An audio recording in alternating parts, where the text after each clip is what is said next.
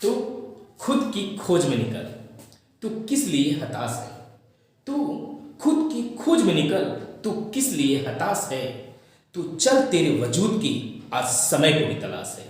Dear friend, this is Anil Vishwakarma, welcomes you in my YouTube video related to board exam preparation strategy class 10 chemistry. Dear friends, as you know that in my first video of class 10 science, I gave you strategy related to subject physics, which was very much admired by you. Thanks for that. And today I am going to give you a strategy related to class 10th chemistry. I hope you will like this more and more. Okay friends, तो आपका ज़्यादा समय लेते हुए आज का video start करते हैं। ओके फ्रेंड्स, देखिए friends, as you observe in the case of physics section there were 5 chapters, sorry 4 chapters, okay, which was given you in a proper sequence how to make study, how to do work. I gave you idea. And here there are 5 chapters in chemistry section. Friends, 5 chapters in chemistry section. There are some chapters which have some deleted portion, which have no deletion. Okay friends, तो आइए start करते हैं. देखिए friends, chemistry में मैंने जैसे आपको बताया कि 5 चैप्टर्स है. 5 चैप्टर्स की स्ट्रेटजी किस तरह से है, क्या डिलीट है नहीं डिलीट है, उसके हिसाब से हम आज तैयारी करेंगे. आइए देखते हैं chapter 1 chemical reactions and equation. देखिए फ्रेंड, जिस तरह से या जैसे इस चैप्टर का नाम है उसी हिसाब से इसकी स्ट्रेटजी है. पहली बात को बता दे रहा हूं कि यहाँ कोई भी डिलीशन नहीं है, मतलब कुछ भी डिलीट नहीं किया गया due to corona pandemic situation. Okay friends, तो इस चैप्टर में हमको एंटायर चैप्टर की स्टडी करना है और ये चैप्टर इतना आसान है कि क्या बताओ. केमिस्ट्री का क्या बोलना चाहिए, सबसे इजी लेसन. चैप्टर का जो नेम है देखिए, chemical reactions and chemical equations. मतलब यहाँ पर हमको 2 चीजें पढ़ना है. केमिकल रिएक्शन के बारे में फ्रेंड्स स्टडी करना है और केमिकल इक्वेशन के बारे में स्टडी करना है. उसके बाद एक छोटा सा शॉर्ट क्वेश्चन जो पूछा जाता है रेंसिडिटी, है ना. तो सिर्फ इतना ही टॉपिक है फ्रेंड्स. आइए देखते हैं केमिकल रिएक्शन के बारे में. पहले केमिकल रिएक्शन होता क्या है, उसकी डिफिनीशन और किस प्रकार का केमिकल रिएक्शन है उसको आइडेंटिफाई करना, आइडेंटिफिकेशन आपको स्टडी करना है. और केमिकल रिएक्शन कितने प्रकार के होते हैं, जैसे यहाँ पर combination chemical reaction, decomposition, displacement reaction. और डिस्प्लेसमेंट के अंतर्गत आपको सिंगल और डबल डिस्प्लेसमेंट रिएक्शन स्टडी करना होता है. ऑक्सीडेशन, रिडक्शन और एक्सोथर्मिक एंडोथर्मिक रिएक्शन. बस इतना ही है जो कि अपने टीचर से आप क्लास में इजीली सुनते रहे होंगे, है ना. आपको आसानी समझ में आ जाएगा. आपको मालूम है कि जब भी किसी भी केमिकल रिएक्शन को through a chemical equation express किया जाता है तो उसमें क्या करते हैं, इज इक्वल टू के लेफ्ट हैंड साइड में और राइट साइड में मॉलिक्यूलर फार्मूला लिखे जाते हैं, मॉलिक्यूल्स लिखे जाते हैं. तो आप जानते हैं फ्रेंड्स, इज इक्वल टू कि लेफ्ट हैंड साइड में जो होते हैं वो रिएक्टेंट होते हैं और जो राइट हैंड साइड में होते हैं उसको प्रोडक्ट होते हैं. मतलब जो रिएक्टेंट आपस में क्रिया करते हैं तो उससे जो प्रोडक्ट बनता है उसको हम राइट साइड में लिखते हैं. यदि एक से ज़्यादा प्रोडक्ट होते हैं तो उनके बीच में प्लस लगाते हैं, एक से ज़्यादा रिएक्टेंट होते हैं उनके बीच में प्लस लगाते हैं, एक से ज़्यादा मॉलिक्यूल्स होते हैं तो आगे उसकी मॉलिक्यूल्स की संख्या लिखी जाती है. क्या टेम्परेचर, क्या प्रेशर, क्या कैटलिस्ट और क्या कैटलिस्ट प्रमोटर, क्या कैटलिस्ट जो है रेसिस्टर, उस सब चीज़ को उसमें दर्शाया जाता है, लिखा जाता है फ्रेंड्स. ओके फ्रेंड्स, तो आइए देखते हैं कि केमिकल इक्वेशन लिखने में क्या क्या सावधानियां रखनी चाहिए. देखिए सबसे पहले आप ये जानिए फ्रेंड्स कि केमिकल इक्वेशन की डिफिनीशन क्या होती है, how to write chemical equation को कैसे लिखा जाए, how to make more informative, मतलब केमिकल इक्वेशन को लिखते समय क्या किया जाए कि वो ज़्यादा इंफॉर्मेटिव हो जाए. तो आई सजेस्ट फ्रेंड्स कि जो रिएक्टेंट होते हैं उसके नीचे आप उसकी स्टेज लिखिए कि उसकी फिजिकल स्टेट क्या है, सॉलिड है, लिक्विड है, गैस है. और साथ ही साथ जब इज इक्वल टी का चिन्ह लगाते हैं तो उसके ऊपर आप कैटलिस्ट लिखिए, कैटलिस्ट प्रमोटर लिखिए. और साथ ही साथ नीचे में आप टेम्परेचर लिख सकते हैं, प्रेशर लिखते हैं. जो प्रोडक्ट बनते हैं, प्रोडक्ट में आप क्या कर सकते हैं, जो प्रोडक्ट बन रहे हैं उनकी फिजिकल स्टेज क्या है उनको आप दे सकते हैं. यदि गैस रिलीज हो रहा है तो ऊपर वाला एरो लगा सकते हैं. गैस जो है नहीं रिलीज हो रहा है या कुछ ऐसा प्रोडक्ट बन रहा है कि जो बॉटम में लग रहा है कि बैठ जा रहा है तो वहाँ नीचे वाला एरो लगा सकते हैं. इस तरह से कई फिनोमेना करके आप केमिकल इक्वेशन को ज़्यादा इंफॉर्मेटिव बना सकते हैं. मतलब एक लाइन की इक्वेशन देख करके बंदे को समझ में आ जाना चाहिए कि इसमें क्या क्या लिया गया था, क्या क्या बना, कितना टेम्परेचर, कितना प्रेशर, मतलब मैक्सिमम जानकारी आपको उस इक्वेशन में कलेक्ट करना है. इस वजह से लिखा है how to make more informative chemical equation. और साथ ही साथ to balance the chemical equation. Friends, exam में क्लास 10 लेवल में ये जरूर आता है कि गेसिंग मेथड से या क्या बोलना चाहिए ऑक्सीडेशन मेथड से या आयन इलेक्ट्रॉन मेथड के द्वारा केमिकल इक्वेशन को किस तरह से बैलेंस किया जाता है, यहाँ पर आपको सीखना होता है। स्पेशली जो है गेसिंग मेथड ज़्यादा बच्चों में पॉपुलर है और ज़्यादातर पूछा भी जाता है। ओके फ्रेंड्स, और एक चीज और है, चैप्टर के नेम से दो टॉपिक हमारा क्लियर होगा कि केमिकल रिएक्शन क्या है, उसकी डिफिनीशन, उसकी आइडेंटिफिकेशन, उसके कितने टाइप्स हैं, है ना। तो ऑक्सीडेशन रिएक्शन, एक्सोथर्मिक, एंडोथर्मिक जान रहे हैं। जिस केमिकल रिएक्शन में एज ए प्रोडक्ट जो है गैस यदि रिलीज होती है, सारी एनर्जी रिलीज होती है, उसको एक्सोथर्मिक, जितनी एनर्जी एब्जॉर्ब होती है एंडोथर्मिक, सब छोटी छोटी चीजें याद रखते हैं। और उसके बाद फ्रेंड्स रेसिडिटी, एक शॉर्ट क्वेश्चन इसमें पूछा जाता है। रेसिडिटी, रेसिडिटी क्या होता है? To slow the oxidation process. मतलब जैसे क्या होता है, कोई चीज काफी लंबे समय तक से खुला पड़ा रहता है, तो in the presence of oxygen उसमें क्या होता है, बैक्टीरिया अटैक होता है, जिसकी वजह से वो जल्दी डिजिंटीग्रेट होने लगता है, उसमें सड़न बदबू सी आने लगती है। तो आपने देखा होगा कि जो रैपर वाले सामान होते हैं उसको बचाने के लिए उसको ड्राई किया जाता है, ड्राई करने के बाद उसके ऊपर कुछ गैस, जैसे नाइट्रोजन के गैस डाल दिए जाते हैं, है ना, जिसकी वजह से क्या होता है कि वो सेफ रहता, प्रिजर्व रहता, काफी लंबे समय तक बचता रहता है। तो ये प्रोसेस क्या कहलाती है? रेसिडिटी। मतलब to slow the process of oxidation is called rancidity. उसके बाद फ्रेंड्स हम चलते हैं चैप्टर 2 में। चैप्टर 2 के बारे में लिखते हैं। और फ्रेंड्स इस चैप्टर में भी कुछ भी डिलीट नहीं था, नो डिलीशन। चैप्टर 2 के बारे में बात करते हैं। ये भी केमिस्ट्री का बहुत ही फंडामेंटल चैप्टर, बहुत ही इजी चैप्टर है। जैसा इसका नाम है उसका इसका काम है। तो फ्रेंड्स सबसे पहले देखिए यहाँ पे लिखा है कि एसिड्स, बेसेस एंड सॉल्ट, मतलब नो डिलीशन। इस लेसन में कुछ भी डिलीट नहीं है। अपने को क्या करना है फ्रेंड्स? एसिड के बारे में पढ़ना, बेस के बारे में पढ़ना और सॉल्ट के बारे में पढ़ना है। आप जानते हैं जब एसिड और बेस आपस में रिएक्ट कर जाते हैं तो न्यूट्रलाइजेशन प्रोसेस होता है और उसमें सॉल्ट का फॉर्मेशन होता है। ओके फ्रेंड्स, तो सबसे पहले हम यहाँ क्या देखेंगे, जैसे एसिड। एसिड क्या होता है? Acid definition. तो एसिड से रिलेटेड जो डिफिनीशन है, स्पेशली जो है एक क्लासिकल डिफिनीशन है कि स्वाद में खट्टे होते हैं, है ना, ब्लू लिटमस को क्या करते हैं, रेड कर देते हैं। इसमें छोटी छोटी चीजें जो आपको क्लासिकल डिफिनीशन के अंतर्गत मिलती है फ्रेंड्स। और यहाँ पर कुछ मॉडर्न डिफिनीशन में आप जो है अरेनियस कॉन्सेप्ट पढ़ते हैं, ब्राउन-लॉरी कॉन्सेप्ट पढ़ते हैं, लिविस कॉन्सेप्ट पढ़ते हैं, जो कि एसिड बेस दोनों के डिफिनीशन से जुड़ी हुई है। तो एसिड्स होता क्या है, उसकी डिफिनीशन आपको बतानी है, उसके फिजिकल टेस्ट कैसे होते हैं, प्रॉपर्टी कैसे होती है, उसकी केमिकल प्रॉपर्टी कैसे होते हैं। अर्थात केमिकल प्रॉपर्टी मतलब एसिड डिफरेंट पदार्थों से क्रिया करेगा तो क्या होगा। जैसे एसिड में यदि मैं पानी डाल दूं तो क्या होगा, एसिड में सोडियम डाल दूं तो क्या होगा, या सोडियम में एसिड डाल दूं तो क्या होगा। घर में मिल्क है, मिल्क में कोई एसिडिक पदार्थ डाल दिया तो क्या हुआ। तो इस तरह से फ्रेंड्स यहाँ पर अपने को फिजिकल और केमिकल प्रॉपर्टी की स्टडी करना है। उसी तरह से बेस में भी है definition, physical and chemical property study करना है। बात आती है सॉल्ट की, जो कि काफी इंपॉर्टेंट फ्रेंड्स। अभी तक मैंने जितना भी टॉपिक फ्रेंड्स ऊपर बताया वो सारे क्वेश्चन सॉल्ट क्वेश्चन के अंतर्गत आते हैं। यदि आप कोई तैयारी करते हो सॉल्ट क्वेश्चन में कोई ना कोई जरूर फंसेगा, आपकी तैयारी अच्छी होगी। अब हम चलते हैं सॉल्ट्स में। सॉल्ट्स में फ्रेंड्स आपको देखिए 5 प्रकार के सॉल्ट यहाँ स्टडी करने हैं, मतलब by the combination of acid and base formation of salt is done. Okay friends, तो यहाँ पर देखते हैं क्या क्या पढ़ना है। जैसे कॉमन सॉल्ट का फॉर्मेशन कैसे होता है, इसकी प्रॉपर्टीज क्या होती है, इसकी यूज क्या होते हैं, इन सब चीज को पढ़ना है। ब्लीचिंग पाउडर के बारे में पढ़ना है, कास्टिक सोडा के बारे में, वाशिंग सोडा और बेकिंग सोडा। वाशिंग सोडा के बारे में जान रहे हैं फ्रेंड्स, ये इंडस्ट्रियल प्रोसेस है और साल्वियम अमोनिया सोडा प्रोसेस द्वारा इसको बनाया जाता है। और washing soda, Solvay ammonia soda process में ही वाशिंग सोडा, बेकिंग सोडा दोनों बनाए जाते हैं फ्रेंड्स। लेकिन आई थिंक इसमें से फ्रेंड्स शॉर्ट क्वेश्चन भी बन सकते हैं और लॉन्ग क्वेश्चन भी बन सकते हैं, इसमें दोनों का चांस है।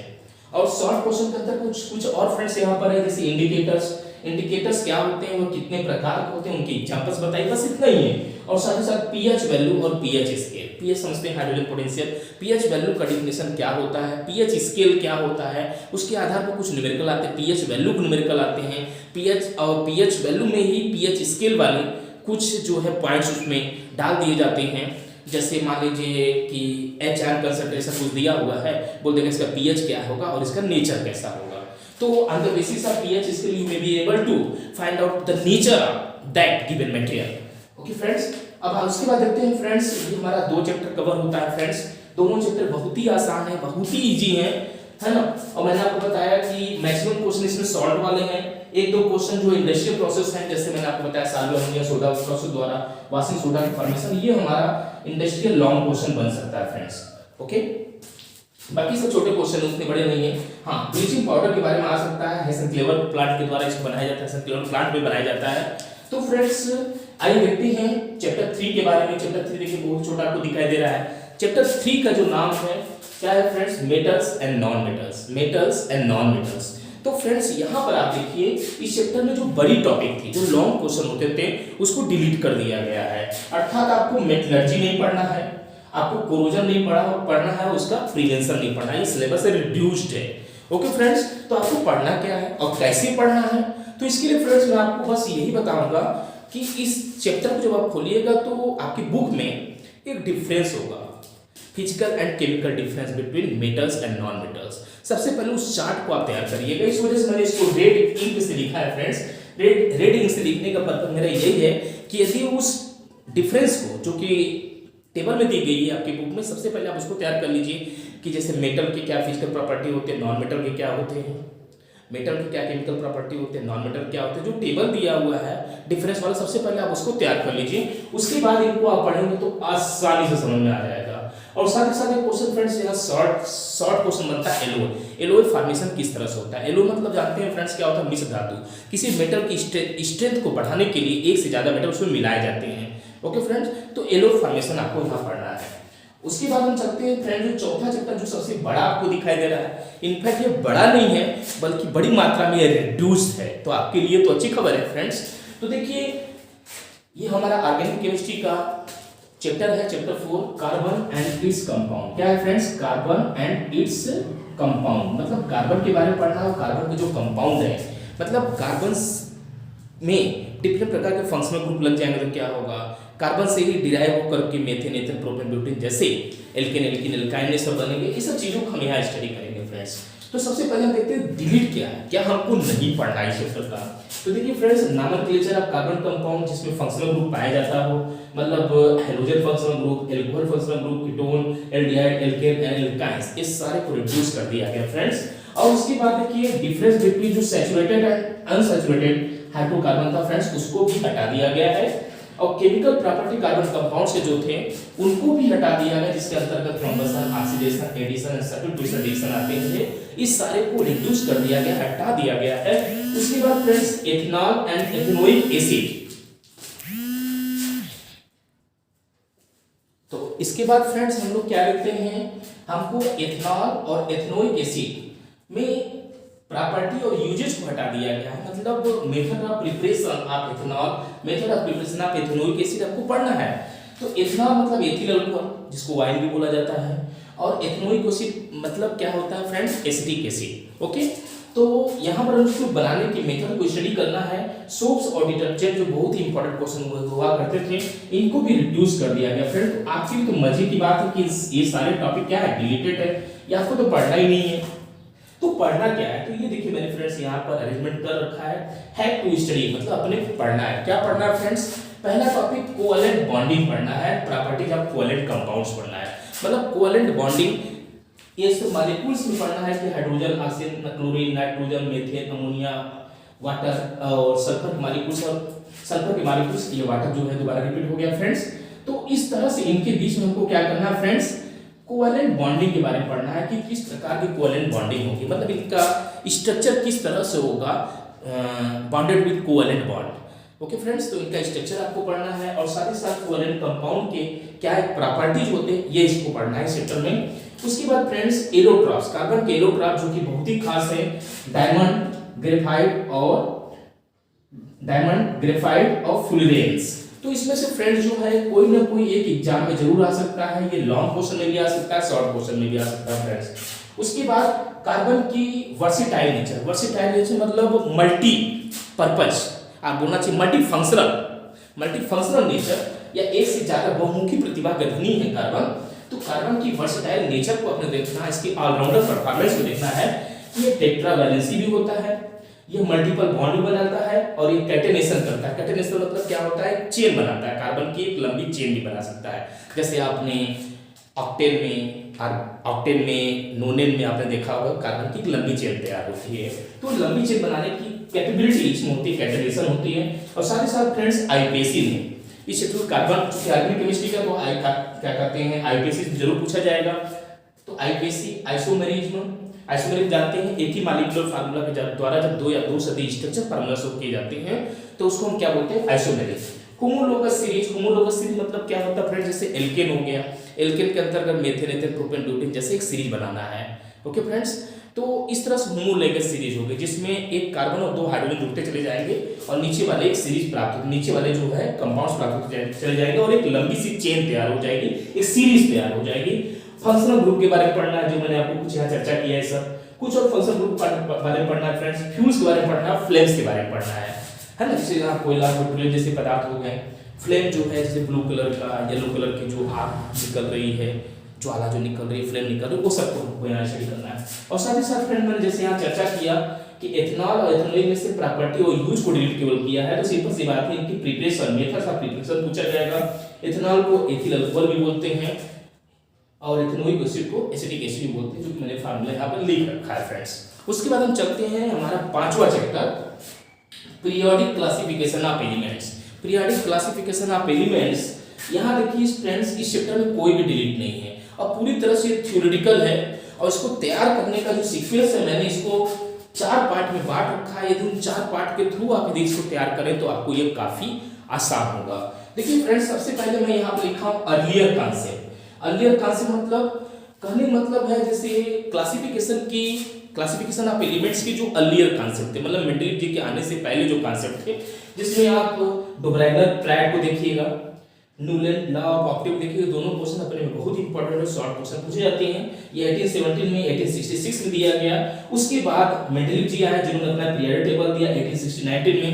तो मेंडलीव जी की पीरियड टेबल के क्या फीचर्स थे, क्या लिमिटेशंस थे, उनमें क्या कमियां रह गई, जिसको दूर किया वैज्ञानिक मोजले ने मॉडर्न पीरियड टेबल में। तो मॉडर्न पीरियड टेबल फ्रेंड्स 1930 में दिया गया, 19वीं सदी में दिया गया है। तो इसकी क्या विशेषता है और मेंडलीव जी के नियमों से कहां से ये विचलन दिखाती है, एनोमैलस बिहेवियर दिखाती है, ये सब चीजों को हमको यहाँ स्टडी करना है।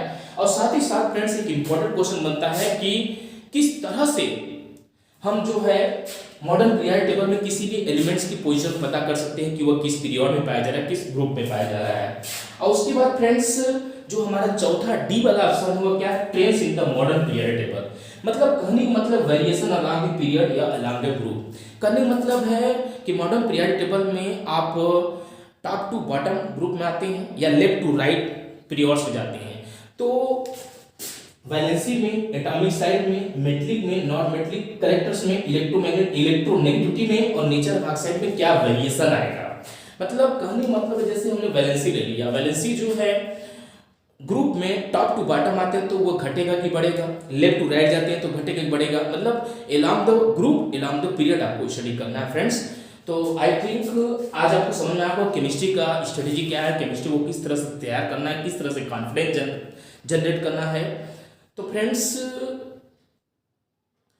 आई थिंक आज का वीडियो आपको काफ़ी अच्छा लगा होगा, तो इसको ज़्यादातर लाइक करिए, शेयर करिए, सब्सक्राइब करिए। Thanks for watching.